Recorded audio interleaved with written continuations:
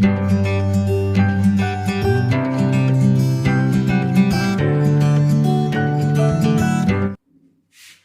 Morning बच्चों। अब हम अपने इस चैप्टर का लास्ट टॉपिक, फोर्थ जो टॉपिक है, उस पे बात करेंगे। सामूहिक अपनेपन का भाव। ये जो हमारा अंतिम पॉइंट है, ये हमें समझाने में मदद करेगा कि कैसे हमारे देश में राष्ट्रवाद का विकास हुआ। अभी तक हमने हमारे फ्रीडम स्ट्रगल का डेवलपमेंट इस चैप्टर में देखा। असहयोग आंदोलन पढ़ा, उसके बाद सविनय अवज्ञा आंदोलन पढ़ा और ये देखा कि इसमें कैसे अलग अलग वर्गों ने भाग लिया, कैसे किसी देश के अंदर अलग अलग जाति, अलग अलग भाषा समूह, अलग अलग समुदाय और अलग अलग क्षेत्र के लोग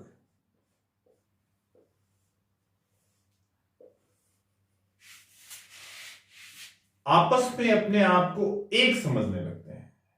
आपस में इनमें साझा एक यूनाइटेड इमोशन, भाव पैदा हो जाता है। यही हम इस टॉपिक में पढ़ने जा रहे हैं कि कैसे विभिन्न सामाजिक समूहों में सामूहिक अपनेपन का भाव पैदा हुआ हमारे देश में।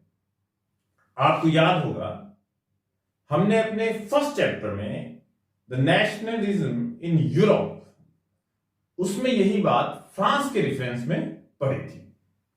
अब हम आते हैं इस प्रश्न के उत्तर पे। प्यारे बच्चों, एक जो सबसे महत्वपूर्ण बात थी कि जो हमारा उपनिवेशवाद के खिलाफ संघर्ष था, जो ब्रिटिश शासन के खिलाफ संघर्ष था अलग अलग समूहों का, वो जो साझा संघर्ष था, एक यूनाइटेड स्ट्रगल थी, उसने आंशिक रूप से राष्ट्रवाद का भाव पैदा किया। ये जो संयुक्त संघर्ष था, इसने लोगों में राष्ट्रवाद का भाव पैदा किया। लेकिन इसके अलावा भी बहुत सारी सांस्कृतिक प्रक्रियाएं भी थी, जिनकी वजह से भी लोगों के मस्तिष्क में, लोगों के दिमाग में नेशनलिज्म की एक इमेज, एक छवि तैयार हुई। वो सांस्कृतिक प्रक्रियाएं थी जैसे कि इतिहास व साहित्य,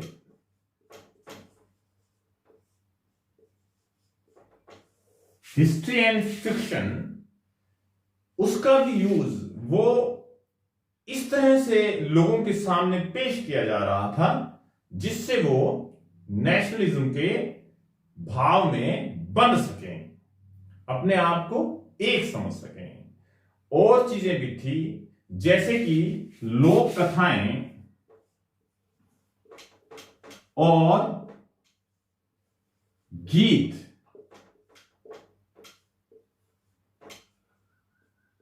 फोकलोर्स एंड सॉन्ग्स। इसके अलावा चित्र एवं प्रतीक, बहुत सी पेंटिंग्स आप अभी अपने इस टॉपिक में देखेंगे आगे। बहुत सी पेंटिंग है और बहुत से ऐसे सिंबल्स हैं, यानी प्रतीक हैं,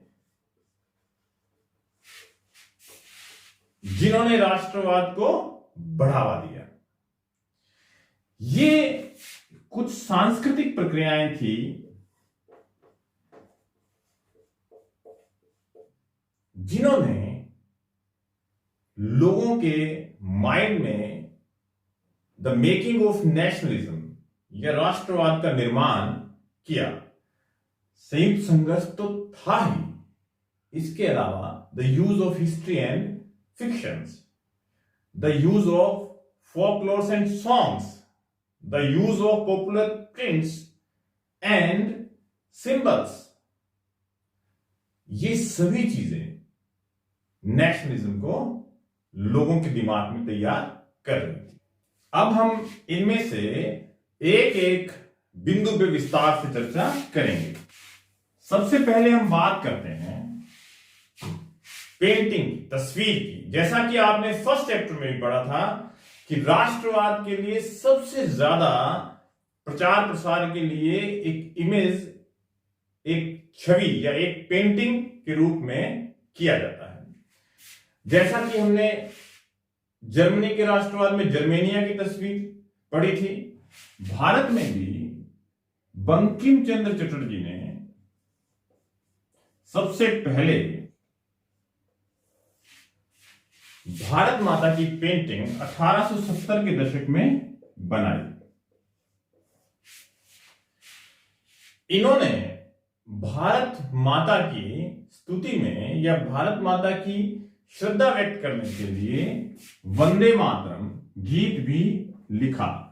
आजकल हमारा राष्ट्रीय गीत भी है।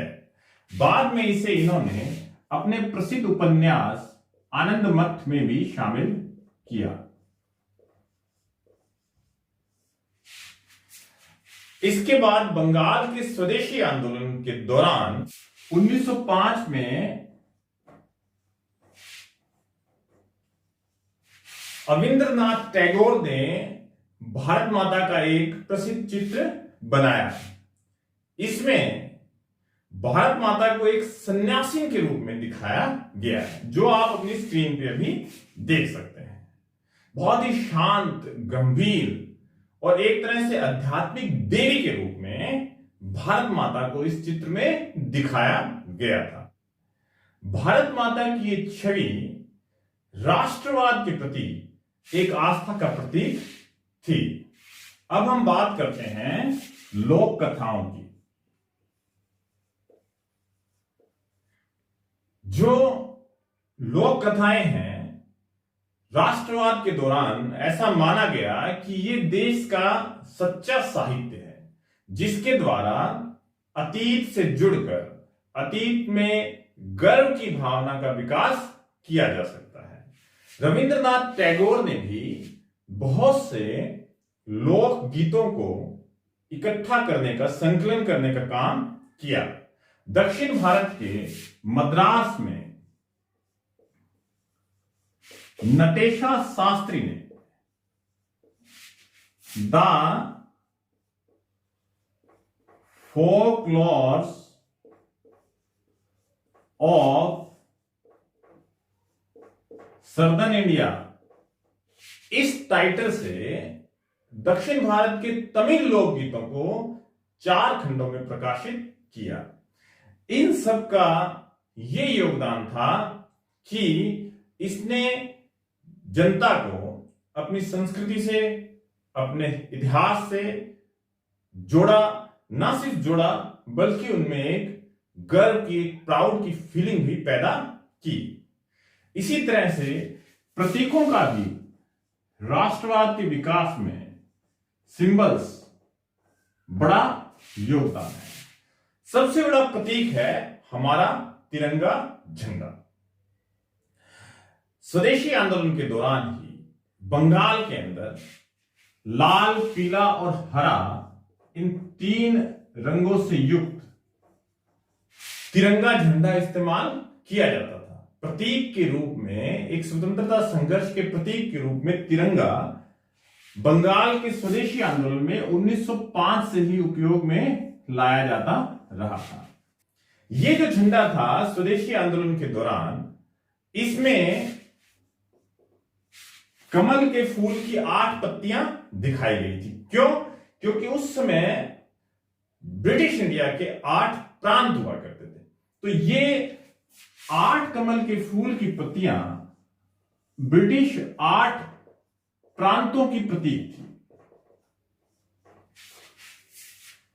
बाद में महात्मा गांधी ने भी 1921 तक आते आते, जब असहयोग आंदोलन शुरू किया, स्वराज का झंडा बनाया। इसमें भी 3 रंग थे, लेकिन अब की बार लाल, सफेद और हरा रंग था, और इस झंडे के बीच में जो मध्य के स्थान पर चरखे को दिखाया गया था, चरखा यानी स्वदेशी का प्रतीक।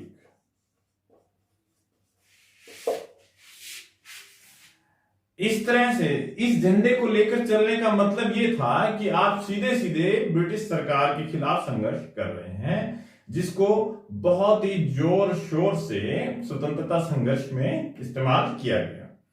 इस प्रकार ये प्रतीक और ये लोक कथाएं राष्ट्रवाद को बढ़ाने में, द मेकिंग ऑफ नेशनलिज्म में बहुत ही इंपॉर्टेंट रोल प्ले कर रहे थे। अब अंत में हम थोड़ी सी बात करते हैं इतिहास की।